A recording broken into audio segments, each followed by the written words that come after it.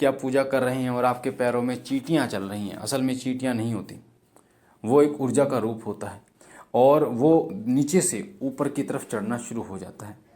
तो ऐसी अवस्था जब आपकी होती है तो ये सिर्फ और सिर्फ इसके दो कारण होते हैं। इन दो कारणों को अगर आप समझ जाते हैं तो आपको पता चल जाएगा। पहली बात तो ये कि आपके अंदर कोई नेगेटिव शक्ति नहीं है, बिल्कुल भी। बिल्कुल भी चिंता ना करें, टेंशन ना लें। अगर आपके साथ ऐसा हो रहा है पूजा करते टाइम पैरों में चींटियाँ चल रही हैं और धीरे धीरे वो ऊपर की तरफ आ रही हैं, कोई नेगेटिविटी नहीं, कोई किसी भी तरीके की नकारात्मक शक्ति नहीं, चाहे वो चौराहे की हो चाहे वो शमशान की हो। दूसरी बात, जब आप पूजा करते हैं तो होता क्या है, आपके पूजा में कई घंटे बैठने के कारण कई बार आपके पैर सुन्न हो जाते हैं, इस कारण भी ऐसा होता है। और एक और कारण होता है, वो होता है कि जब कोई शक्ति आपके शरीर में प्रवेश कर रही होती है उस समय पर आपके जो शरीर है उसमें पैरों की तरफ से सुन्नाहट शुरू हो जाती है, पैरों की तरफ से वो ऊर्जा आपके शरीर में चढ़नी शुरू हो जाती है। जैसे कुंडलिनी चढ़ती है ना, कुंडलिनी मूलाधार से ऊपर की तरफ चढ़ती है, उसी तरीके से वो ऊर्जा जो है वो पैरों से आपको महसूस होती है, अंगूठे से और घुटने की तरफ आती हुई वो महसूस आपको होती है वो ऊर्जा। और आपको मतलब खुजली करने का मन करता है, आपको ऐसा लगता है कोई कीड़ा कोई चींटियाँ चल रही हैं आपके ऊपर, बहुत ही हल्का हल्का महसूस होता है। जैसे कभी आपने देखा मच्छर बैठ जाता है तो वो बहुत ही कम महसूस होता है, पर उससे थोड़ा ज़्यादा महसूस होता है उस टाइम पर, जिस टाइम पर आपके पैर में चींटियाँ चलती हैं, ऐसा लगता है आपको। तो पहला कारण तो ये होता है कि आपके पैर सुन्न हो जाते हैं। एक दूसरा कारण ये होता है कि कोई शक्ति, कोई एक ऐसी शक्ति जो आपके शरीर में प्रवेश कर रही है और वो शक्ति फिर आपके पैरों को सुन्न करती चली जाती है। धीरे धीरे आपके पैर सुन्न होते हैं और धीरे धीरे फिर आपका जो वहाँ आपका कमर है वहाँ तक सुन्नाहट चलती है, वो ऊपर की तरफ चलती चली जाती है। कई लोग इससे घबरा जाते हैं तो वो अपना ध्यान तोड़ देते हैं, जिसके कारण फिर वो पहले की तरह हो जाते हैं। जबकि ये जो अवस्था होती है ये ऊर्जा की अवस्था होती है।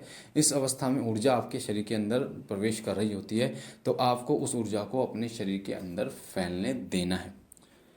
और कई बच्चों के साथ ऐसा भी होता है कि शुरुआत में मेरे साथ भी ऐसा हुआ था कि जब वो ऊर्जा आपके ऊपर की तरफ चढ़ती है, आपके शरीर में जब वो बैठ जाती है, मतलब पूरा फैल जाती है, आपका शरीर सुन्न हो जाता है। एक आनंदमयी, बहुत ही आनंद आपको आना शुरू हो जाता है, बहुत आनंद आता है आपको उस टाइम पर। आपको ऐसा लगता है मैं बैठा रहूँ, आपको उस टाइम पे ऐसा लगता है जैसे आप ज़मीन पर बैठे नहीं हैं, आपको अपना आभास उस समय पर नहीं रहता। यहाँ तक कि अगर आपसे कोई बोलता भी है तो वो भी नहीं सुनाई देता, मन एकाग्र हो जाता है। ऐसी अवस्था में आपका शरीर सुन्न की अवस्था में चला जाता है।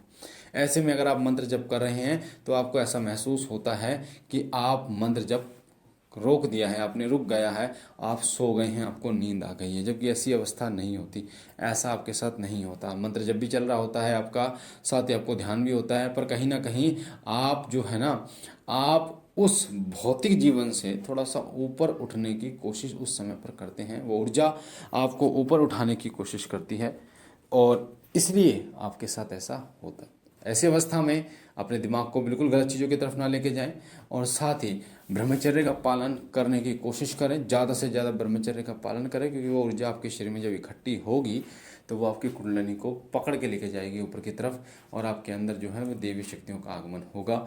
आपको बहुत सारी जो आध्यात्मिक चीज़ें हैं वो आपको महसूस होंगी।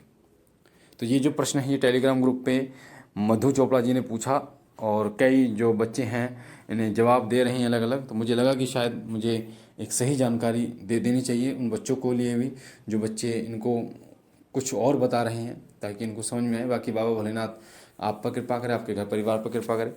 हम मिलते हैं एक नई जानकारी के साथ, तब तक के लिए ओम नमः शिवाय, ओम नमः शिवाय, ओम नमः शिवाय।